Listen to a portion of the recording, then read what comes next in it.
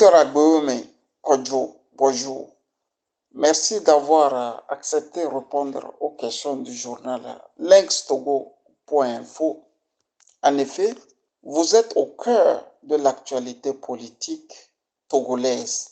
Actualité politique qui a marqué votre victoire aux élections du 22 février 2020 avec votre coalition, la DMK, encore appelée la dynamique Monseigneur Ojro. Qu'est-ce qui a manqué de nouveau pour que vous exerciez le pouvoir d'État?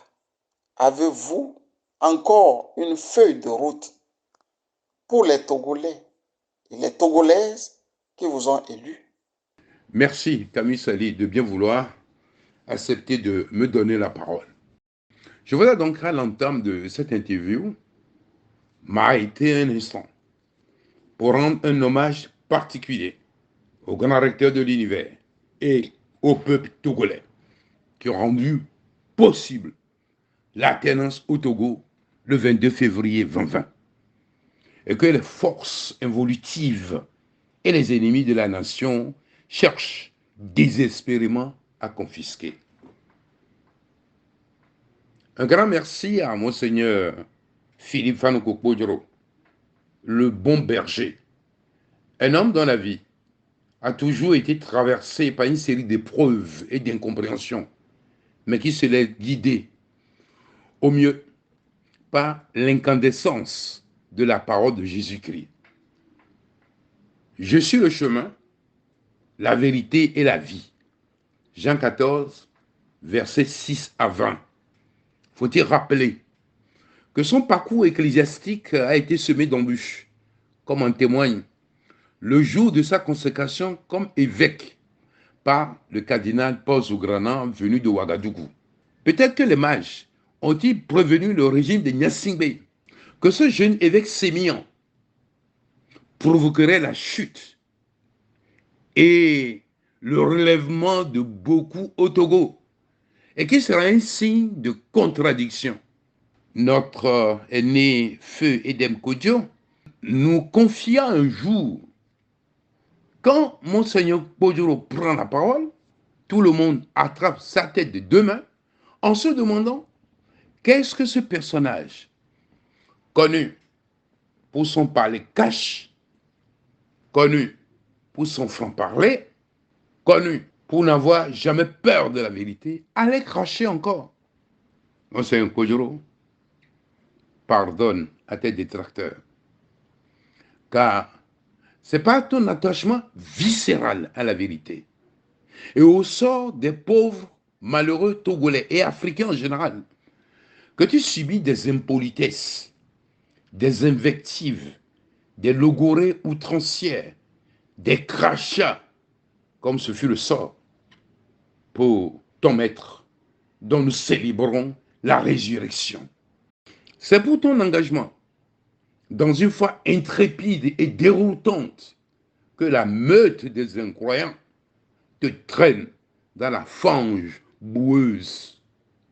C'est à cause de ta foi, dans le dénouement heureux de la tragédie togolaise, et malgré tes souffrances au quotidien, malgré ton sentiment d'abandon par tes pairs, que les tricheurs et les briseurs de desseins du peuple togolais te persécutent et veulent te voir mourir avant la libération du Togo. Prière, ne pas céder au découragement et garder le cap de la promesse divine sur notre pays. Ensemble, à la suite de Dieu, nous connaîtrons le grand retournement de la résurrection du Christ avec la restauration éclatante de la victoire du peuple togolais acquise le 22 février 2020. Lorsque le choix de candidat unique de l'opposition s'est porté sur ma modeste personne, Monseigneur Kodjo fut critiqué par ses pairs et compères et de nombreux acteurs politiques qui lui prévoyaient un échec cuisant. La suite des événements lui donna raison avec éclat dans l'étonnement général. à la veille du scrutin, sentant le danger de la fin de son règne venir, Fonya Singbe invita le corps épiscopal, en prenant soin d'indiquer qu'il ne souhaite pas voir Monseigneur Podjoro parmi la délégation. Il aurait remis, à cette occasion, aux représentants de l'Église catholique plusieurs centaines de millions pour des œuvres caritatives. Il est intéressant de relever qu'au lendemain du scrutin du 22 février 2020, un de ses confrères évêques est allé jusqu'à lui confier, en lui chuchotant à l'oreille: félicitations, grand frère, c'est ton poulain qui a gagné les élections, à l'occasion de la grande célébration marquant son anniversaire sacerdotal. Je fais simplement ce rappel pour illustrer l'attitude de l'Église catholique dans la gestion du contentieux électoral et le rôle nocif de certaines figures de cette institution en prenant le parti pour la dictature dans les médias publics. Alors qu'au même moment, d'autres évêques et autres révérends prêtres confiaient au patriarche de la nation, ce Siméon des temps modernes, que c'est le candidat de la DNK qui est sorti grand vainqueur de la présidentielle du 22 février 2020. C'est le lieu de rendre un hommage appuyé au feu révérend Père Étienne Amouzou, le missile dominicide de Monseigneur Nicodème Bariga, mort dans des circonstances troubles pour avoir manifesté son écœurement face au travestissement des faits relativement à la médiation de partage de pouvoir proposée par Fonya Singbe, dans laquelle il a été impliqué à la demande de l'archevêque métropolitain actuel de Lomé. Le partage du pouvoir assorti de valises d'argent dont était porteur Akadedi, numéro 3 du régime uni, relayé par Maître Martial Akapo. Le silence sépulcral sauva la vie de ces derniers avec en toile de fond le mensonge éhonté de Maître Martial Akapo dans les médias, prétextant que son client est aux prises à la démence, trahissant ainsi honteusement son serment et la déontologie de sa profession. Il est important aussi de relever au passage le jeu trouble de certains acteurs de la vie politique nationale qui disent le matin une chose et le soir son contraire. Et l'exemple de Maître Zeus à Javon est symptomatique. 48 heures avant le scrutin, M. Fonya Singbe n'a jamais dépassé 20%. 24 heures après le scrutin, ce fut le premier à féliciter le vainqueur. Et puis après, il s'est lancé dans une bataille féroce contre celui qui a félicité le 23 février 2020. Je relevais aussi la duplicité des observateurs internationaux, notamment la CEDEAO et l'Union africaine. La CEDEAO et l'Union africaine pour le rôle nocif qu'ils ont joué dans ce processus. Je rappellerai aussi le parti pris du G5 pour l'ordre mondial fondé sur des règles grévées de son hypocrisie sous le fallacieux prétexte de ses membres seraient menacés par le pouvoir illégitime rejeté massivement par le peuple souverain. C'est le lieu de rendre un hommage particulier à l'ambassadeur des États-Unis du moment, M. Eric Stromayer, qui, malgré l'humiliation subie de la part du régime dans son bureau, a refusé la reconnaissance des résultats de cette mascarade électorale qui a consacré une vile subversion du droit international. Le peuple togolais a triomphé sur la dictature le 22 février 2020 Et Foy Sigbe l'a reconnu par ses 3 tentatives de subordination à travers l'Église catholique, un baron de son régime, un avocat qui s'est révélé indélicat. Lui opposer la terreur inouïe, la corruption et les subterfuges de l'agenda républicain pour se maintenir vaille que vaille au pouvoir ne peut plus prospérer, car ce qui a été naguère n'a pas à continuer. Monseigneur Kojoro est tel qu'il est, mais il reste un visionnaire, un prophète, le patriarche de la nation. Il sacrifie sa vie pour les pauvres et les déshérités et mérite pour son patriotisme notre respect, notre amour, notre compassion et un devoir de mémoire. Sa position catégorique sur la non-participation de la DMK dans les processus électoraux en cours est celle d'un vieillard couché qui voit plus loin qu'un jeune juché sur le toit d'un arbre. Sa ligne est prophétique, en résonance de la prophétie de Ovenu du 22 septembre 1946 sur le Togo et du cycle cosmique actuel du Verseau, ce qui fait qu'indubitablement, la récupération de la victoire de l'alternance va se concrétiser, malgré les obstacles et les opérations de corruption à grande échelle entreprises à tous les niveaux. La révolution électorale et pacifique du 22 février 2020 constitue un tournant majeur dans nos luttes souverainistes, dans le contexte géopolitique mondial actuel, notamment en Afrique subsaharienne, où tous les patrons ont fait montre d'intrépidité, de dépassement, de mutualisation d'énergie et de confiance absolue dans leur mission générationnelle. Nous avons été les premiers en 2020 à la pointe de cette lutte pour la deuxième et véritable indépendance de nos pays et de l'Afrique. Et je ne saurais trahir la confiance du peuple togolais qui a massivement et clairement réaffirmé sa volonté de changement radical à tous les niveaux de la gouvernance et de la souveraineté intégrale du Togo.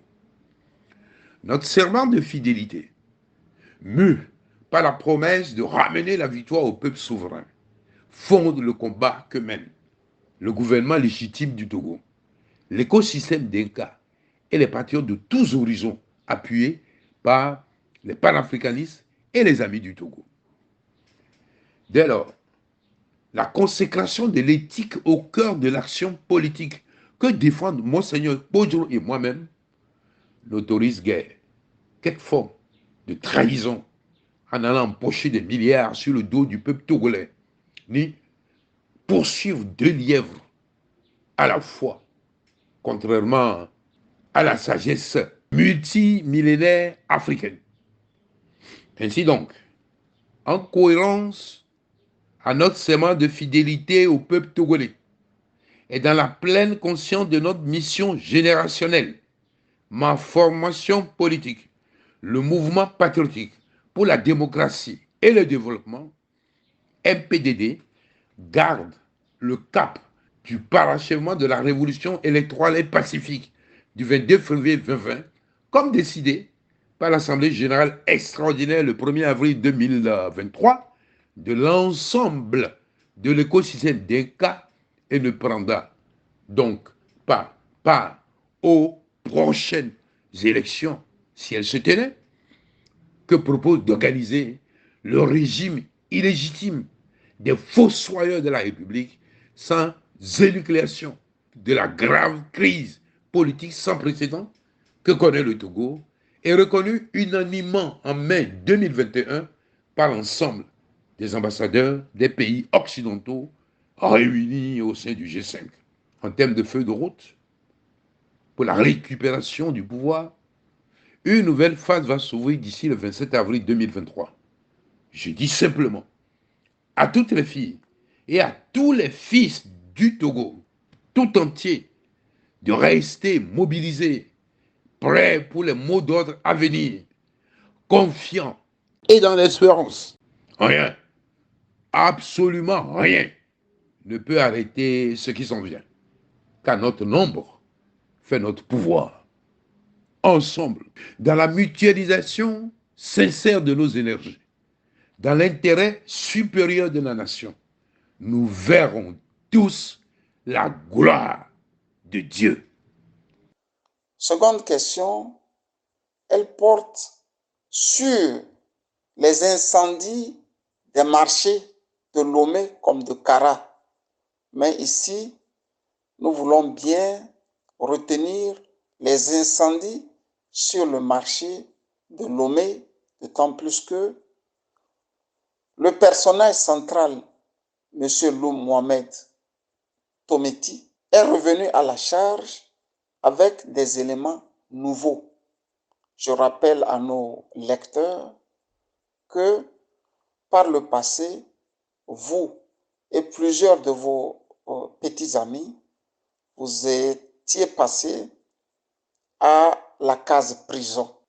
Docteur Agbem Kodjo, comment expliquez-vous le silence des institutions au Togo et surtout du pouvoir togolais suite à ces nouveaux éléments à charge qui viennent mettre la main sur des officiers, sur le pouvoir central et plus haut sur le chef de l'État lui-même? Mais je me pose la même question. Et je présume que c'est la caporalisation de toutes les institutions de la République qui en est la cause. Pourquoi la Commission nationale des droits de l'homme, CNDH, ne s'auto-saisit-elle pas? Pourquoi la justice n'accomplit-elle pas ses diligences? Pourquoi l'Assemblée nationale ne met pas en place une commission d'enquête pour enfin tirer les conséquences qui s'imposent en tant que représentation nationale? Et que dit de l'apparente silence et inaction des anciens membres du collectif Second le Togo incriminés dans le dit dossier, repris en main par le patriarche de la nation, Monseigneur Philippe Fanou Kokbojoro? Dans une république, ces questions ne posent aucun problème. Tout cela devrait aller de sens. Les responsabilités connues. Il n'y a pas de mélange de genre. Regardez au Togo. Lorsqu'une institution prend son courage et pose un diagnostic sur les dysfonctionnements qui marquent un aspect de la gouvernance, même devant l'évidence, l'exécutif, fort de la minorité pieuse, menace, crie au scandale, à la calomnie, et des journalistes les plus percutants, les plus expérimentés sont menacés de mort. Et disait que malheureusement, le pays. Qu'on se souvienne des 600 milliards de Petrogate. Les 600 milliards peuvent permettre au Togo d'avoir 6 stades modernes capables de rendre le Togo éligible à l'organisation de la Coupe des Nations. Il y a aussi le dossier de Covid de 400 milliards. Ces 400 milliards peuvent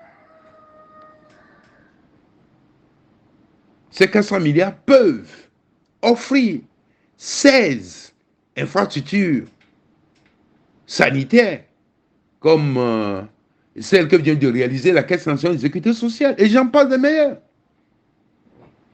Je voudrais donc dire que je savais depuis ma confrontation avec Mohamed Loum et sa révélation ce jour qui paniqua un juge. Au moment où le convoi de la mort était déjà en place pour me conduire à la prison de Mango, que ce régime n'a pas de cœur. Et que son seul objectif était de faire taire définitivement tous les adversaires politiques. L'exemple de Pascal Boudjouna, déjà inculpé, mis en prison, qu'on cherche encore à inculper dans l'histoire des incendies, est assez symptomatique. Je ne savais pas que Fogne Singbe était si fortement impliqué dans la mise à feu des grands marchés de Lomé et de Kara et qui cherchait à camoufler ce crime ignominieux par des arrestations, des personnalités politiques de premier plan, tendant donc à berner l'opinion nationale et internationale. M. Fogna-Singbe a décrédibilisé la fonction présidentielle en désacralisant la vie dans tous ses aspects. Et je m'étonne de l'accent d'indignation des esprits sages de la nation. La dernière révélation de M. Mohamed Loum sur la chaîne de télévision panafricaine Tempo Africa sont si graves que le peuple togolais doit se lever ici et maintenant pour exiger de lui une explication claire et limpide. Toute activité cessante. Le capitaine Agbenda serait l'auteur de l'assassinat dans des conditions horribles qui donnent la chair de poule d'Étienne Yakano, paix à son âme. L'imprescriptibilité n'a pas de place dans cette affaire pénale, où la monstruosité des crimes commis requiert un important travail de réparation, aussi bien pour la nation tout entière que chacune des victimes directes ou collatérales. Fogna-Singbe doit des explications au peuple togolais, qui doit braver la peur pour se mettre en mouvement afin que la justice soit faite. Je tiens à relever que suite à mon refus de subordination et de spoliation des suffrages des Togolais, Fogna-Singbe a illégalement instruit le procureur de la République de me poursuivre, alors que nous sommes tous candidats sur un même pied d'égalité, avec deux chefs d'accusation notamment, la dénonciation calomnieuse, au motif que je vais déclarer dans une interview que le peuple togolais ne devait pas voter pour les pyromanes des marchés, un espace de vie des populations de toutes conditions. Et ce qui est pourtant vrai. Faut-il rappeler que le second chef d'accusation est le fait que le prélat m'a remis le drapeau national comme il a eu de mission pour la conquête de l'électorat. Toutes ces manœuvres de criminalisation des faits de campagne électorale procèdent de la logique de confiscation de l'éclatant du toit du peuple togolais et de ma neutralisation par tous les moyens. Ce qui justifie ma mise à l'abri en clandestinité et mon éloignement de mon pays et de ma famille depuis 3 ans, en dépit de l'arrêt numéro ECW bar 66J bar JUD bar 11 bar 2022 du 24 mars 2022 de la Cour de justice de la CEDEAO qui fait l'obligation à l'État togolais et subséquemment à Fogna-Singbe de me rétablir dans mes droits. Docteur Agbemi Kodjo, la DMK, lors de son communiqué, remercie Monseigneur Philippe Fanoko Podjoro pour tout ce qu'il a fait et dit vouloir prendre ses responsabilités. Faut-il entendre que désormais, chaque parti retrouve son indépendance totale ou faut-il entendre que cette coalition qui portait le nom de Monseigneur Podjoro va se trouver un nouveau parapluie sous lequel il va aller aux élections législatives à venir? Oui, une crise traverse la DMK. Vous savez, la vie est par essence jalonnée de crises à chaque tournant majeur. Et cela s'observe également aussi bien au niveau individuel que collectif. C'est la première fois dans l'histoire récente du Togo, depuis le soulèvement du 5 octobre 1990, qu'un regroupement d'organisations politiques et de la société civile a autant de vitalité au-delà de 3 ans de lutte face à la dictature néocolonialiste multidécennale soutenue par l'ordre international fondé sur ces règles. Nul doute que tous les artifices pour ébranler cette dynamique libératrice de notre pays, de l'oppression portée par la Dinka, fusent de toutes parts, surtout des fossoyeurs de la République, avec le subterfuge de l'agenda républicain. Étant des patriotes républicains, des dispositions sont prises pour que cette crise puisse être résolue dans le respect de la ligne politique de l'écosystème DMK et celui des différents courants politiques qui le composent. Cette crise va donc passer et nous paracheverons ensemble la révolution électorale et pacifique du 22 février 2020 en vue du triomphe des urnes sur les armes et des pactes de corruption scandaleux pour que puisse émerger glorieusement le Togo hors de l'humanité. Docteur Agbemi Kodjo, nous aurons bien voulu que l'homme politique Agbemi Kodjo nous brosse sur ce qui se passe dans le septentrion avec les attaques terroristes. Faut-il aller aux élections législatives quand on sait qu'une partie du pays est sous influence terroriste? Oui, la question du terrorisme dans les savanes est préoccupante. J'entends que le Parlement a prolongé l'état d'urgence sécuritaire dans la région des savanes jusqu'au 6 avril 2024, en raison de la recrudescence des attaques dans cette zone, où le bilan des pertes de vie humaines du côté des forces de défense et de sécurité et de la population civile est soigneusement caché. Notre pays a perdu son intégrité territoriale et une grande crise humanitaire prévaut dans la région, dans une sorte de différent total de Fonya Singbe, qui laisse mourir les enfants du Togo pour aller porter assistance à ceux de la Turquie avec une somme de 1 milliard de francs CFA des contribuables. Il y a plus de 30 000 personnes qui ont fui leur lieu de vie. Des populations déplacées internes sont abandonnées à leur propre sort.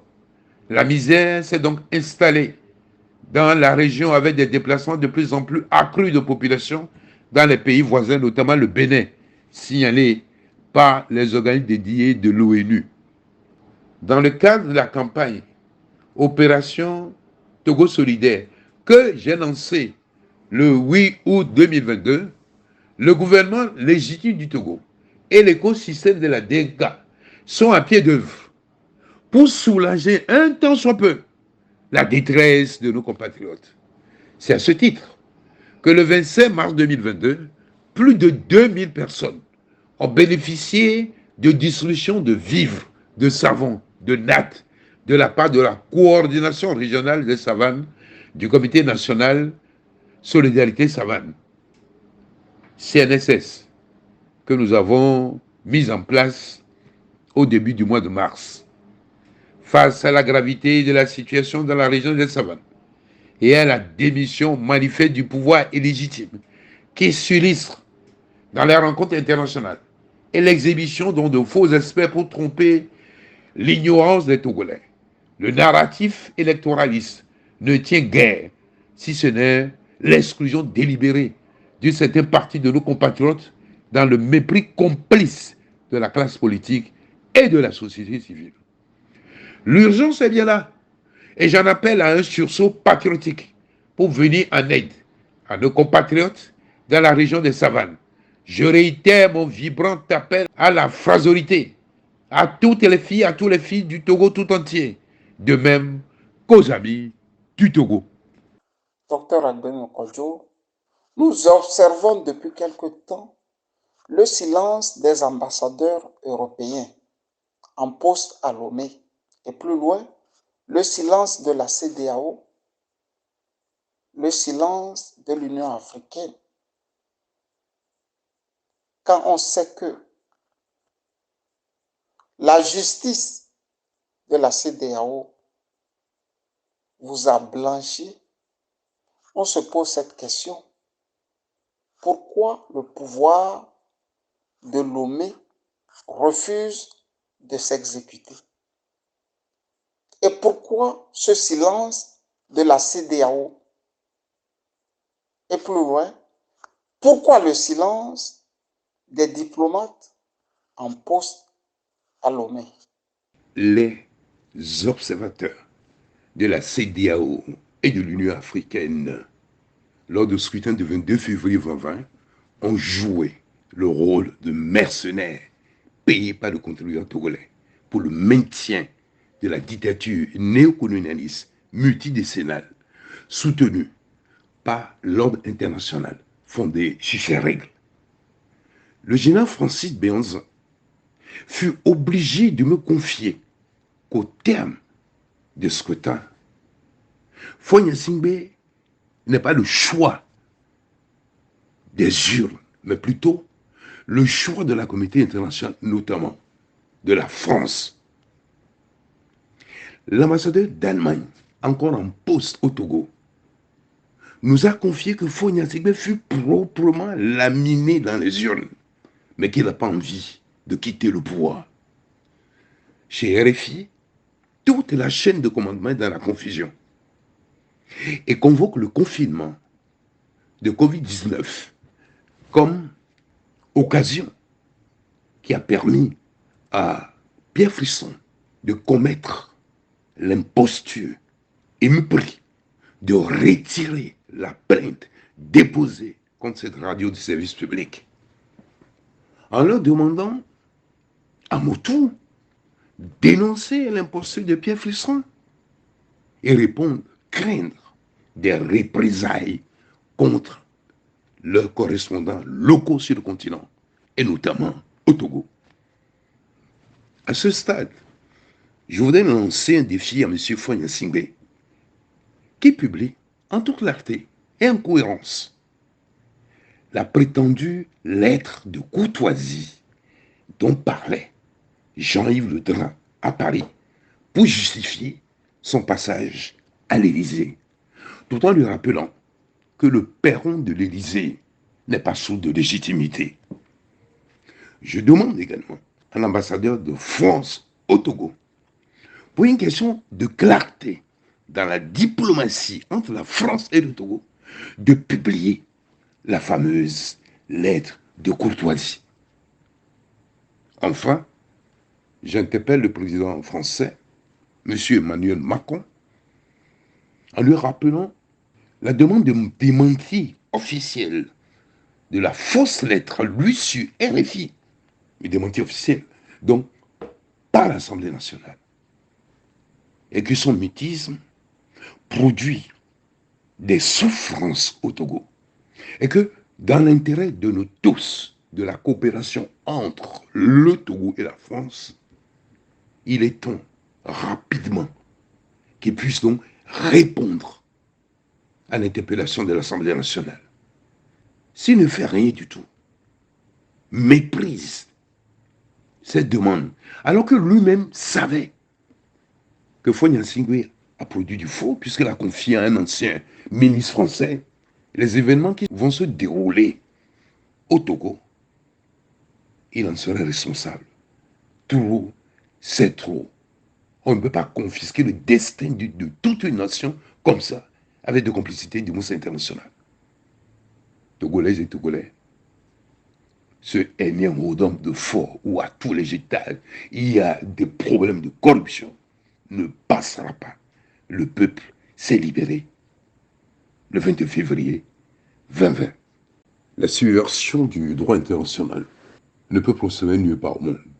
Au moment des grands bouleversements géopolitiques et géoéconomiques mondiaux actuels, requérant un nouvel ordre mondial fondé sur l'équilibre des intérêts, raison pour laquelle le quintuple coup d'État électoral, militaire, judiciaire, diplomatique et médiatique du 22 février 2020 va prendre fin très prochainement en queue de poisson. Le grand retournement de la résurrection du Christ doit nous fortifier et nous rappeler que nous créons sans cesse notre réalité et que le décret divin sur le Togo est au-delà des manœuvres humaines, fut-elle des institutions internationales. Bonne fête, Pascal. Je vous remercie. Merci de répondre à nos questions. L'interview est signée Camus Ali.